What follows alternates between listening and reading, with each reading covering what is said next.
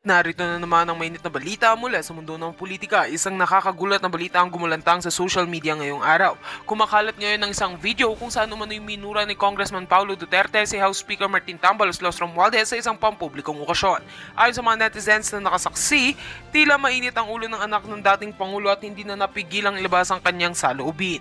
Sa naturang video, maririnig umano ang ilang maanghang na salita mula kay Paulo Duterte habang nakatayo malapit sa entablado.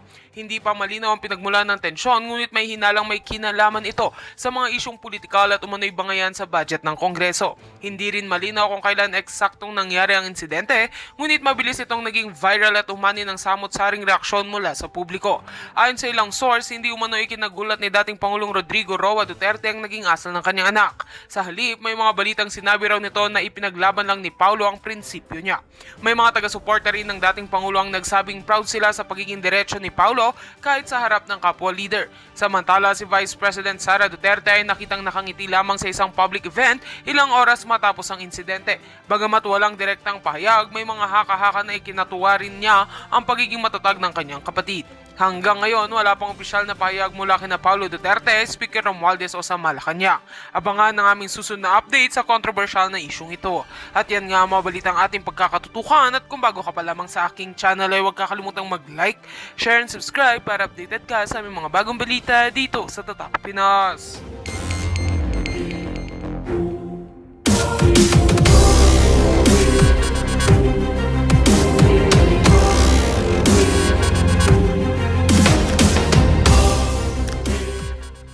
Nila, hindi katulad ng kay Pangulong Duterte at talagang ubos kong ubos, mga kababayan. Siyempre, yung build natin, parang hindi rin natin nagugustuhan. Bibihira ata na may mga bagong proyekto at sana man ay maituloy yung mga nasimula ng Pangulong Duterte. Ayan, sabi ni Rasyan, di naman sana magugulo kundi dahil kay Smugs daw at kay Tambaloslos, sabi ni Rasyan. O, di ba? Sabi ni Heidi Ras, mga dilawan na nagsasabi niyan para magkagulo ang Marcos at Duterte. Alam naman natin kung paano maglaro si Tatay Digong, kaya gustong-gusto ng mga Duterte, may utak, magaling mamuno. Correct, may magaling po talaga, tactician po talaga si Tatay Digong. Kaya Maris, magandang gabi. Sabi ni Emmy Saysay, sa amin ang dami ng adik. Yan po isa sa mga problema natin. Nagbabalikan na naman sila. Sa inyo po mga lugar, makikita nyo po yan Mararamdaman nyo naman. Mararamdaman nyo naman na talagang padami ng padami, nagbabalikan na naman, di ba? Mahirap, mga kababayan. Yun dapat ang tinutuunan natin ng pansin Alam mo yung laban na panalo na sana tayo, pero bumabalik at bumabalik uli. Ang isa pa sa mga problema natin ngayon, di ba? People's Initiative na yan, na namimigay ng 100 piso kapalit po mga kababayan, papapirmahin sila, and 50% of the budget daw po ay nasa mga mayor na. Kaya mo magkakasabi ni Congressman Lagman.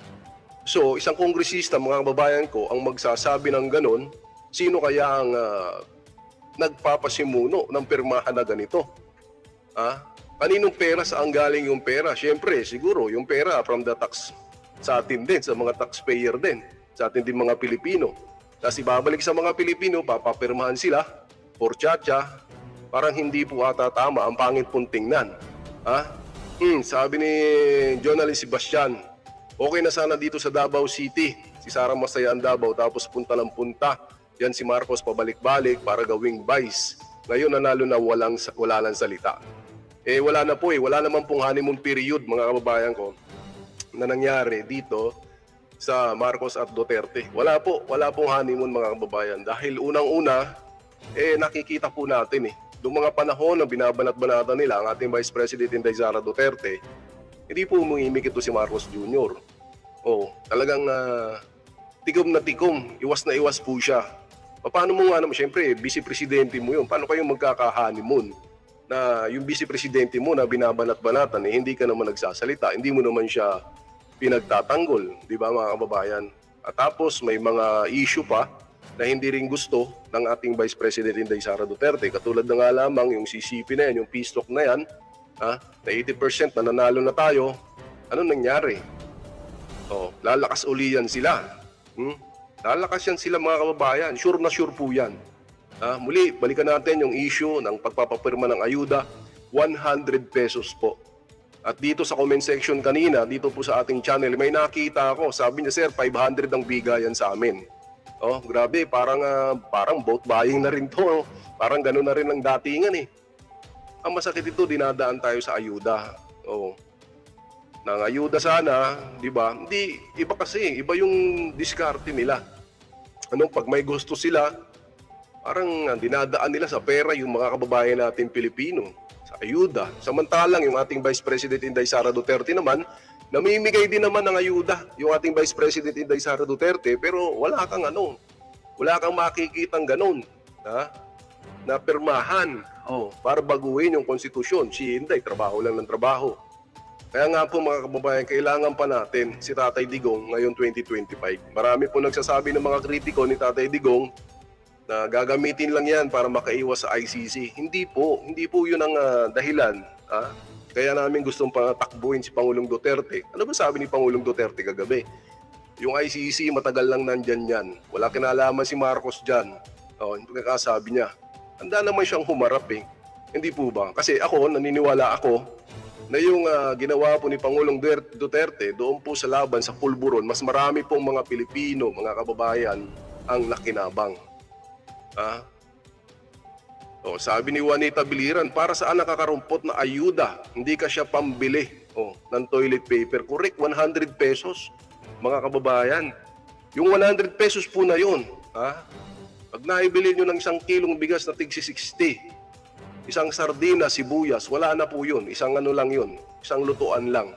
Hindi nga po aabot yun sa 4 kayo sa pamilya, yung 100 pesos. Hindi po aabot yun. Ang kapalit po nun, mga kababayan ko, kinabukasan na naman po. Kinabukasan po yan ng ating mga kabataan. Si Skim Neri Bella, maraming salamat, super stickers mo. Kinabukasan po ng mga kabataan natin ang kapalit. Kaya mag-isip po tayo mabuti. Samantalang yung manifesto of support naman, marami na rin po ang nakapirma. Sabay po ito, no? Yung manifesto online, ito namang mga people initiative, na kung sino man ang nagpapatakbo niyan, nandiyan naman po sa mga nasa lokal na. Kasabay daw po ng pamimigay ng ayuda. Nakakalungkot mga kababayan. Sana nga po matauhan yung mga kababayan natin, mabasa niyo po kung ano ang nalagay. Kung hindi niyo po marunong bumasa, nahirapan mong magbasa ng English, ipabasa niyo po sa mga anak niyo, ipaintindi niyo para alam niyo po kung ano po yung pipirmahan niyo. Mahirap po yan. Baka mamaya, babaguhin yung konstitusyon natin. Mahirap yan, matagal, mahabang proseso, magastos. Samantalang napakarami pa po nating inaayos ng mga problema ng bansa. Kaya kailangan natin talaga si Tatay Digong. Kagabi, talagang miss na miss siya ng mga kababayan nating Pilipino kagabi. Kitang-kita nyo kasi nga, yung gikan sa masa, di ba? Maaring kausapin niya itong si PBBM at sumagot naman ng Malacanang na open daw na makipag-usap si Tatay Digong at saka si BBM tungkol dito sa issue ng kanyang programa, yung gikan sa masa. Habang suspended pa rin po, temporary suspended pa rin po yung SMNI, mga kababayan. At sa Friday, meron po ata silang hearing sa NTC at pupunta rin yung mga kababayan natin doon na supporter ng SMNI. Alam ko may ganong mangyayari sa Friday. Bilang pagpapakita ng suporta sa SMNI, dyan po yan sa NTC. Ayan. Sabi ni Chel dito, gagawin lahat ng mga yan. Ang kasamaan, wag lang si BP Sara ang umupo sa Malacanang. At syempre yan naman ang hindi natin papayagan. Kailangan talaga natin, mga kababayan, na mga matinong leader, matigas, matapang, may tapang at malasakit para sa ating mga kababayang Pilipino. Yun po ang kailangan natin sa mga panahon ngayon. Ulitin natin, hindi takot katulad mo ng pinapakalat ng mga kabilang vloggers na natatakot daw po, nanginginig na daw po. Sila Duterte, Bato, o sino pa yung mga sinasangkot sa ICC. Tingnan niyo yung mga nila, makikita mo, syempre dumadaan din naman sa mga wall nyo yan, nanginginig na daw. Nanginginig na daw si Duterte sa ICC. Hindi po. Kahit po sinasabi ni Trillanes na tapos na nakapag-imbestiga na at maaring hinihintay na lang, maaring magkawaran, handa po si Pangulong Duterte harapin po yan. Huwag tayong matakot mga kababayan dahil ginawa lamang po ni Duterte ang trabaho niya nung siya po ang Pangulo ng Pilipinas. Marami po mga kababayan ang nagustuhan ang pamumuno ni Duterte. Totoo po yan.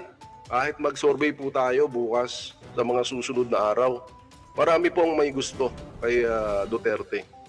Yung mga ayaw lang naman dyan, siyempre yung mahilig sa pulburon. Sabi ni Alexander D. Guzman, Justice to 30K EJK victims. Ang dami naman yan 30K mo. Sobra ka naman sa 30K. Sabi ni Ronnie Cabrejas, if God is with us, who can be against us? Sabi ni Lisa Montano dito sa live chat natin, BP Sara Duterte, panay trabaho, napakasipag, samantalang si President, panay tulog.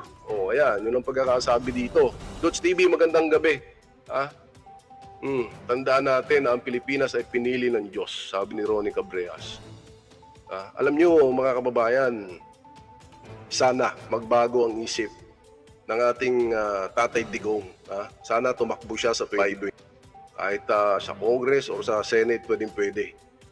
Yun lang naman din ang hiling natin bilang isang Pilipino, di ba? Kasi namimiss po natin yung Duterte brand of leadership. Yun po ang hinahanap-hanap ng mga kababayan natin. Kahit nga kagabi, di ba? Anong oras na siya nakapag-live kagabi? Buti na, habol din natin dito sa channel natin, naabutan natin ng live. Tapos pinakita ko sa inyo uli, hinanap natin, sinimulan natin. At syempre maraming salamat sa nanood, nag-replay, sa mga nag-like. Ganun pa rin po, malakas pa rin po ang hatak ng mga Duterte.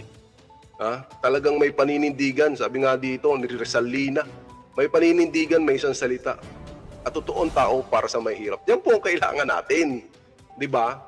Yung totoo ka sa mga kababayan Pilipinas, sa mga kababayan Pilipino, kung totoo ka sa bansang Pilipinas. Ganyan dapat ng mga politiko na hinahanap-hanap po ng mamamayang Pilipino. Yan po ang kulang sa kanila ngayon .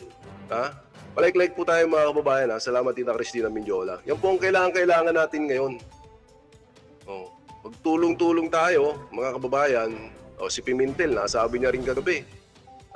Dahil ito, yung pagkakasabi ni Senator Pimentel dito, dun sa Marcos Duterte Alliance, na talagang walang honeymoon period. Mukhang wala na talaga ngayon. May honeymoon period ba dito sa Marcos Duterte? Parang wala. Parang wala mga kababayan kasi nakikita natin parang ang lahat ng ito ay nakaplano na. Yung mga nangyayaring pagbanat, pagtirada kay Vice President Inday Sara Duterte, parang nakita natin planado ang lahat. Sisra, magandang gabi. Sabi po ni Senator Pimentel dito, personal opinion ko, yung relationship ng dalawang camp, if ever may honeymoon period sa relationship nila, mukhang wala na talaga ngayon. Wala po, walang honeymoon period na nangyari. Siguro nung unang taon, medyo okay pa . Pero napakaaga po nung kasi nilang binanata ng ating Vice President Inday Sara Duterte. Maaalala nyo po dito sa channel natin, maaga nating sinasabi, maaga na nating nila-live yung mga nangyayari kay Inday, na pagbanat kay Inday. Sinasabi ng mga napapadaan, ng mga dilawan dito sa channel natin, o kaya pulahan, malayo pa daw yung halalan. Yun na nga, malayo ang halalan pero maaga nilang binanata ng ating Vice President Inday Sara Duterte. Dahil nakikita po nila, nasa 2028, malakas po yan. Kahit si Tulpo pa nangiharap, mahihirapan po . Sabi ni Suraina Maruho, no one can defeat Tatay Digong. We from Mindanao, we became free from terrorists, especially Abu Sayyaf. Correct. Insurgency free. Yung Davao City sa Mindanao.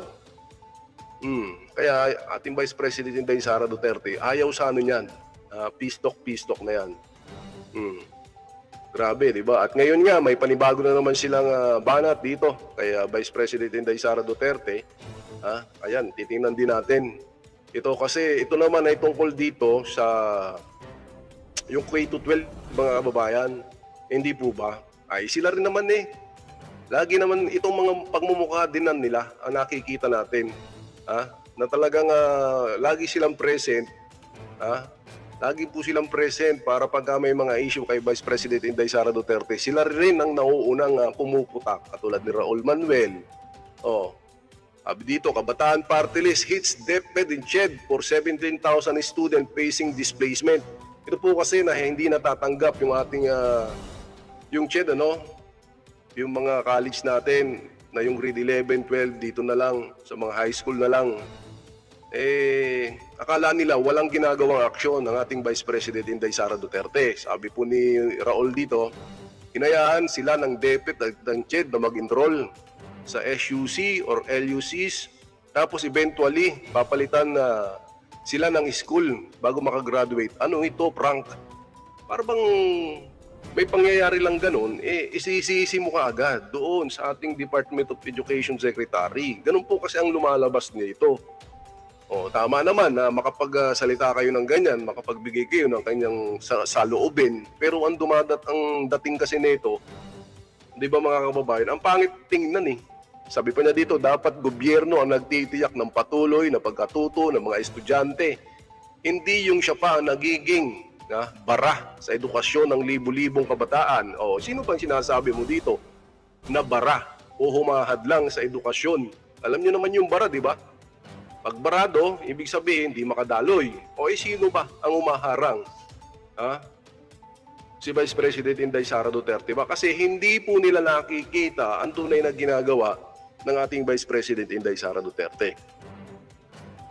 Patuloy nagtatrabaho yung ating Vice President Halos nga buong Pilipinas naiikot po ng Office of the Vice President Pero ito, talagang tuloy-tuloy pa rin ang pagtahol dito kay Vice President Inday Sara Duterte. Tinitiyak po ng Vice President na may angat yung ating Department of Education. Sabi naman ni Faustino dito, CHED keeps on creating problems. Then ibibigay sa student and schools ang bigat na magpo-provide ng solution. If this is not state abandonment, I don't know what is it. Tingnan nyo. Sana nag-isip muna kayo bago kayo nagbigay ng Nag-isip muna kayo bago kayo magbigay ng mga statement na ganyan. Tingnan nyo muna kung ano ang plano. Kung may plano ba, Tita Pelisnel, magandang gabi po, Venus Diaz, kung may plano na ba ang ating Vice President Inday Sara Duterte? Sabi naman po ni Yusik Michael Pua dito, those that will be displaced have two options next school year, enroll in public school or they would prepare to do so. They may also enroll in private school and avail themselves of the voucher program. May plano na po. Putak ng putak. Yan, sabi nga Claudette, putak ang alam ni akla na yan. Manira ng trabaho. Ilabas mo nga yung resibo mo, di ba mga kababayan? Imbis na makatulong sa pag-resolba. Lagi po nila kasing target yung ating Vice President Inday Sara Duterte. Sabi ko po sa inyo, hindi po titigil yan. Hindi po titigil yung mga yan. Ang trabaho po ng mga yan ay talagang punahin yung ginagawa ng ating Vice President Inday Sara Duterte. Hindi naman masamang pumuna, pero tingnan mo rin kung may nagagawang maganda. Yun ang kulang sa kanila Okay lang, pinupuna mo yung trabaho, yung mga nangyayari. Diyan sa CHED, sa DepEd, okay lang yan Given yan. Sa lahat ng mga kababayan natin Pilipino, talagang pwede tayong magbigay ng ating opinion. Pero, syempre naman, titingnan mo rin yung magandang side, ika nga. Titingnan mo rin yung magandang side. Ano na ba ang naging sagot dyan ng ating Vice President Inday Sara Duterte? Siyempre, yung ating Vice President Inday Sara Duterte, mabilis kumilos yan. Marami siyang isasagot dyan. Lagi yan nakahanda. Ayan na. Raul, tinan mo ito. Public schools nalilipatan ng 17,700 SHS learners. Sapat. Yan po ang pagkakasabi ng DepEd. Para hindi ka na pumuputak-putak. Ayan, sapat po. Yung lilipatan na yan. Nakahanda po yung Department of Education na ayos na po ng ating DP Inday Sara. Puro lang sila putak yes, kakayanin namin. Nakipag-ugnayan na tayo sa lahat ng mga regional offices and SDOs sa grade 11 natin. Out of 70,700, nasa average na 250 learners per division ang nakikita nating i-accommodate Undersecretary Dingas. Sila kasi mga kababayan, kung ano lang, kung ano lang yung maikomento nila dito sa Vice President Inday Sara Duterte natin. Nagtatrabaho po ang ating Vice President Inday Sara Duterte. Kayo, anong ginagawa nyo? Pumuna lang ng pumuna. Ayusin nyo yung trabaho nyo dyan sa Congress. Yun ang unahin nyo. Sabi ni Binos Diaz, ayan, putik, justice daw doon sa mga adik. Nori Soriano, protect Bibi Sara Duterte. Claudette Atiaw, clowns of the HOR, tatlong itlog. Talagang ano yan, mga kababayan. Sila-sila din yan eh. Sila-sila. Siguro, baka may gusto sa kanila, sila yung maging secretary ng DepEd, hindi, nakikita na natin kay Vice President Inday Sara Duterte. Nagtatrabaho, ang ganda-ganda na eh. Di ba? Hindi mo pera yan, open the book daw. Ang tagal ng panawagan. Yung open the book na yan, itutuloy natin yan ngayong tawag dito, ngayong pagbubukas.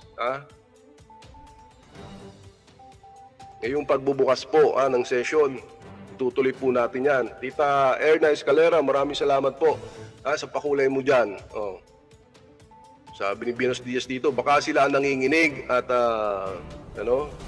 inigiyang nasa pulburon. Ayan, ulitin natin, ang sabi ng Tatay Digong, walang pulburon video, mga kababayan.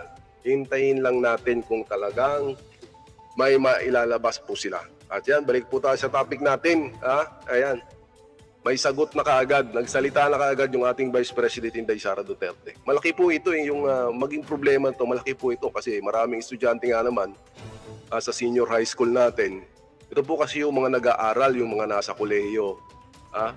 Doon po sila pa-enroll. So ngayon, may naisip naman na, di ba, na ayusin o babalik sila sa mga high school natin o doon sila mag-i-enroll. Naayos naman po ng Vice President Inday Sara Duterte. Kaya talaga, mga kababayan, wala po silang gagawin, kundi banatan ng banatan. Banatan po ng banatan yung ating Vice President Inday Sara Duterte. Wala eh. Hanggang doon lang sila. Yun lang po yung kaya nilang gawin. Napakalinaw po. Napakalinaw. Sabi ni Alexandra Di Guzman dito, Didis vloggers, puro fake news. Mismo si Dugong na nagsabi. Alam mo, yung mga Duterte, supporter yan eh. Kahit nga hindi kami sinabihan, hindi kami pinapunta noong harapin namin, nung suportahan namin si Pangulong Duterte, nandun kami sa harapan ng Justice Hall sa Quezon City. Nandun tayo para sumuporta kay Pangulong Duterte. Ganun po yung mga DDS.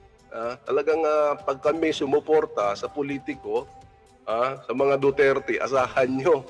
Kahit walang kapalit yan, lagi kaming andyan para suportahan ang mga Duterte. Ganun lang naman kasimple yun, mga kababayan. Wala nga nag sa amin doon eh. Doon kayo mag-rally kayo doon. Hindi yun rally. Pagsuporta pa lang yun. Pagsuporta pa lang yun sa mga kababayan, sa natin, sa Tatay Digong natin. Laban dito kay Franz. Anong gusto nilang mangyari? Na hayaan lang natin na gaganunin yung dating presidente? Malabo po yun. Marami po ang nagmamahal sa mga Duterte. Parami ng parami. Habang binabanat-banatan nyo, yung ating Vice President Inday Sara Duterte, naawa na nga lang tayo eh. Dahil labang tinitira-tira si Inday, lalo namang lumalakas. Palakas po ng palakas. Ito pa, tingnan pa natin si Representative Franz dito, anong sabi niya dito, mga kababayan. Siyempre, hindi mawawala sa listahan yan. Ang pagkakasabi niya dito, at saka si Senator Cheese, nagbigay din ng kanilang mga statement dito sa issue na yan. Ayan, bagamat legal ang hakbangin ng CHED, mahalaga pa rin na matiyak natin ang kapakanan ng ating mga estudyante sa senior high school. Walang dapat na maiwan at mahalaga rito ay nag-uusap ang CHED at DepEd. Sabi ni Senator Escudero. Sabi po ni Representative Castro dito, the implementation of this memo should be held in abeyance after thorough consultation have been done with all the stakeholders that their welfare, especially the student and teachers, are ensured. Alam nyo na yung sasagot dito. nagawa na po. May lilipatan na, naayos na po ng ating Vice President Inday Sara Duterte. Laging present, di ba mga kababayan? Lagi silang present. Anyway, tama naman yung sinasabi nila na laging pabor din naman sa mga estudyante natin at sa mga teachers natin. Ang sa atin lang, nandyan na po. May sagot na po yung ating Vice President Inday Sara Duterte. Nagawan niya na po ng paraan yung issue. Mabilis po kasi na mag-umaksyon, mga kababayan.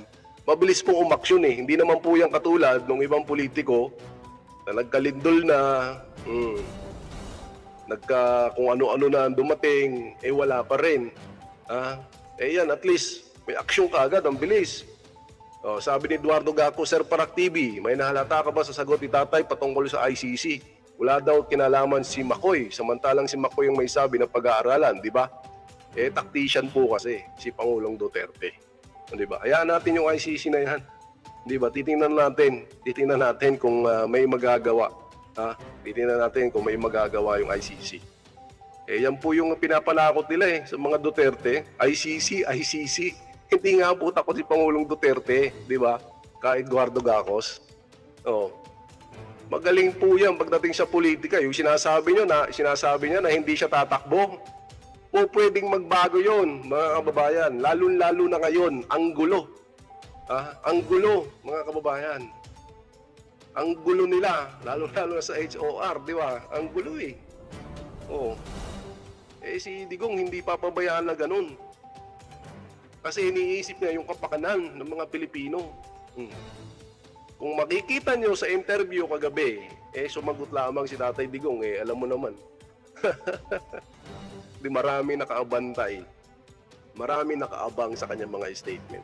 Tama naman lahat ng binitawan niya kagabi. Di ba? Mas matalino, sabi niya.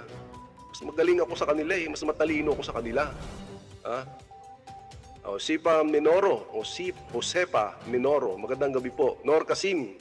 Good evening po sa inyo. Di ba? Ganun talaga ka Eduardo Gacos. At hayaan mo, sana sa mga susunod na linggo, meron uling talk to the people, yung ating Tatay Digong. Kasi namimiss po kasi ng mga kababayan natin Pilipino. Namimiss po ng mga kababayan natin Pilipino.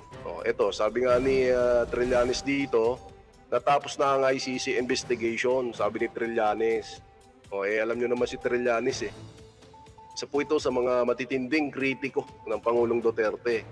Pagbigyan natin kasi tayo naman, kritiko rin tayo sabi niya dito, ang aking educated guess ay tapos na sila sa kanilang investigation sa crime against humanity. Natapos na ang kanilang investigation sa mga pangunahing akusado. Nagawa na nila ang kanilang dapat gawin sa bansa, ani ni dating Senador Antonio Trillanes.